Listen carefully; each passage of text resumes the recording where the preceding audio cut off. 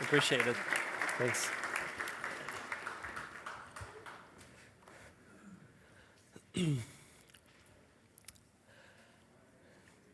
How many of you are on social media?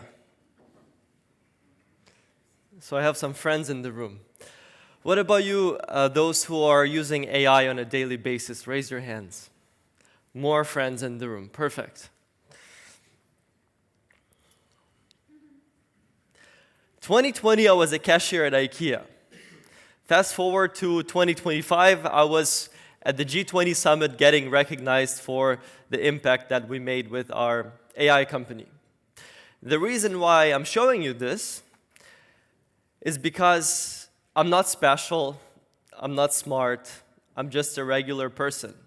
And if I was able to surround myself by smarter people and figure this out, so can you. Now back to you. Let's get honest for a second. And even if this was for a slight minute or second the last couple months, have you ever thought to yourself, is this AI thing the beginning of an end of my job? Okay, see, when I ask honest questions, no hands. I'm not here to give you corporate optimism about AI. I'm here to give you data. I'm here to look back. Those of you who follow Ray Dalio know that looking back, history repeats itself, not just in the world of finance, but in technology. And we've been here already, in fact, 5 times, with the steam engine, electricity, computing, the internet, AI now. And here's the stat I really want you to look at, closer at. 60% of the jobs today did not exist in 1940, less than 100 years ago. There was no social media manager, no UX UI designer, no cloud architect. And all these people now have amazing jobs. Another stat you should look at is this. How many of you have used an ATM? What is an ATM? Automated teller machine. So why are there so many bank tellers if it's all automated? In fact, when ATMs were introduced in the 70s, what that did was made running a branch much cheaper. And that in turn created more branches. And more branches needed more people. People to talk to all of you, to sell you mortgages, to sell you investment products, not to count cash. ATM are doing it now. In fact, 100,000 more bank tellers got hired in the last 20 years. Not in the last 20 years, but you get the idea. A lot more than we had expected when they were introduced.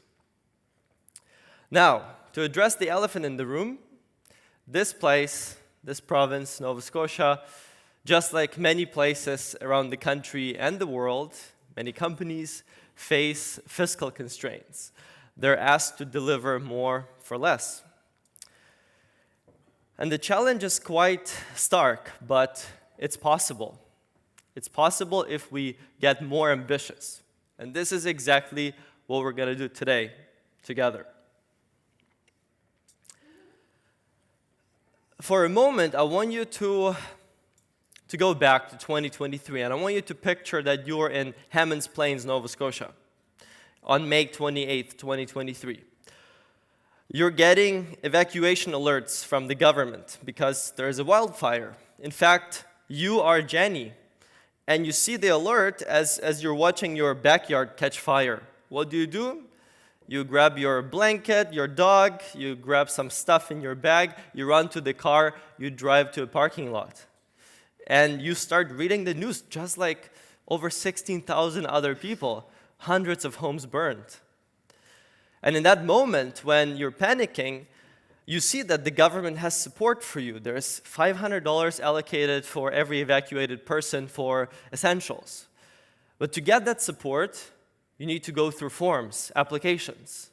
And when you're this overwhelmed, when you just lost your house, you can't think of it. It's too much. So how do we solve this problem? To do that, I'm going to take you somewhere warm. I know the weather isn't as great as we expected today, but Togo has beautiful weather. In fact, Togo is a country in West Africa that this year at the World Economic Forum impressed many people by sharing how they innovated during COVID as government. But back in 2020, when COVID hit Togo, they had this massive challenge.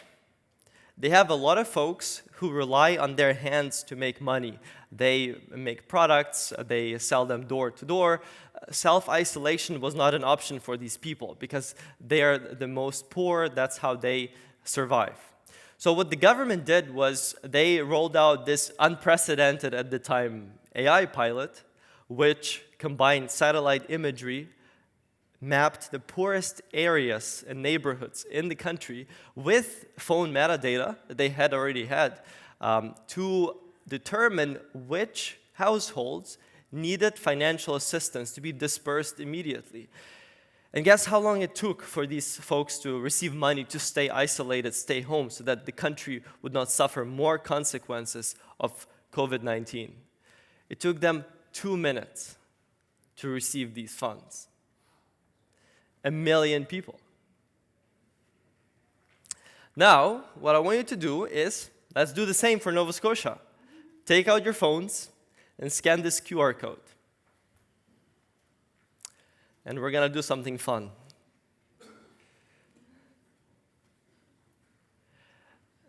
Now that you have scanned this QR code, what you will find is a relief app that I asked my team to put together right before this presentation. Thank God, as I said, I have smarter people.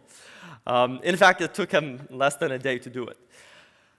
We populated it with metadata, with data that was fabricated for the purposes of this demo. But once you hit submit, we will see funds getting dispersed in real time on this screen. All of you are clicking submit, verifying your information, and these funds are getting dispersed. On the very right, you can see the admin costs that we're able to save the province. When AI runs this, instead of Jenny waiting to be given financial aid she desperately needs in that parking lot, that she counts on, that the government has allocated for her, for people like her, she's able to see that impact that the government is making on her day, the worst day in her life, or one of the worst.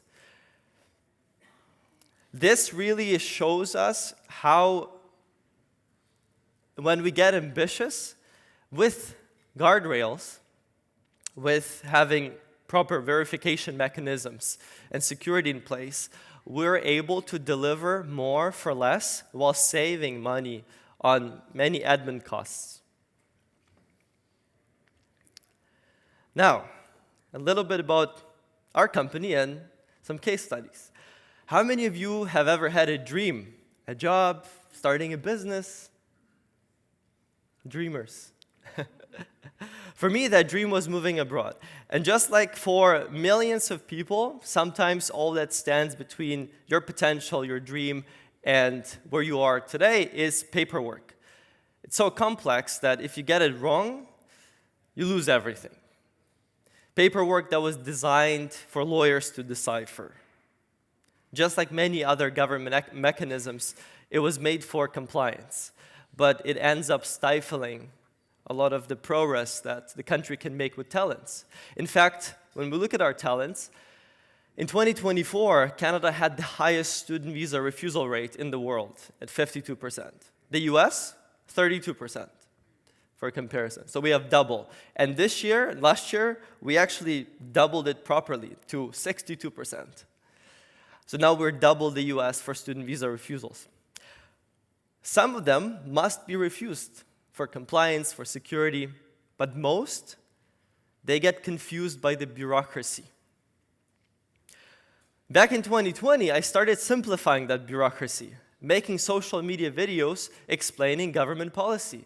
And those of you who have worked with me know that the government speaks and I translate, or at least try to translate. Eventually, that turned into a law firm, and then back in 2023, I was doing my taxes with TurboTax. And I thought, why isn't there a TurboTax for immigration?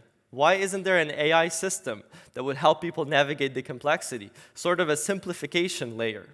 So we launched, and we've received quite a lot of success, now with over 30,000 users in 140 countries.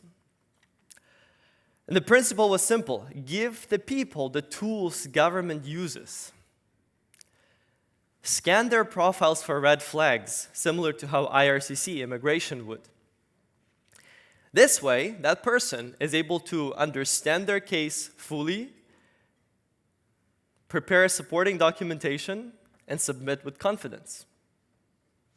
And many of these people, they end up making it to Canada, getting their dreams fulfilled, schools fill their seats, the province and the country receives the healthcare, the construction talent that these students eventually grow into. Another case study, which is, I think, very meaningful here, is, Minister Bolzer touched on working together, not leaving anyone behind. And when it comes to immigrant settlement, we have plenty of great organizations in Canada. But what ends up happening is they either get overwhelmed or they just simply do not deliver services in some areas. Yarmouth, Digby, Antigonish, there's many areas outside of HRM that many newcomers, think new doctors, nurses, engineers, aren't able to access just because they're not in the area. So we built a tool called PR Compass, which helps these newcomers navigate Canada and immigration so that it leads them to stay and to be able to contribute to their communities.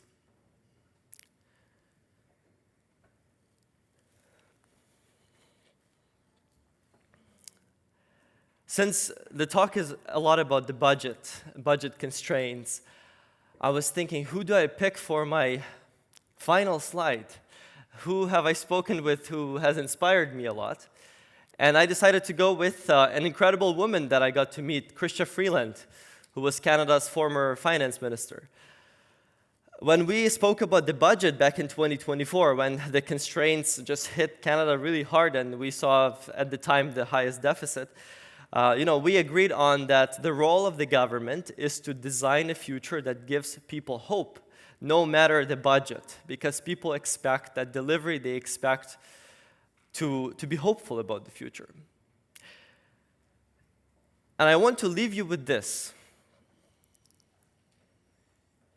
In the future of AI, in this new world, let's design a future for everyone that gives people hope. Thank you.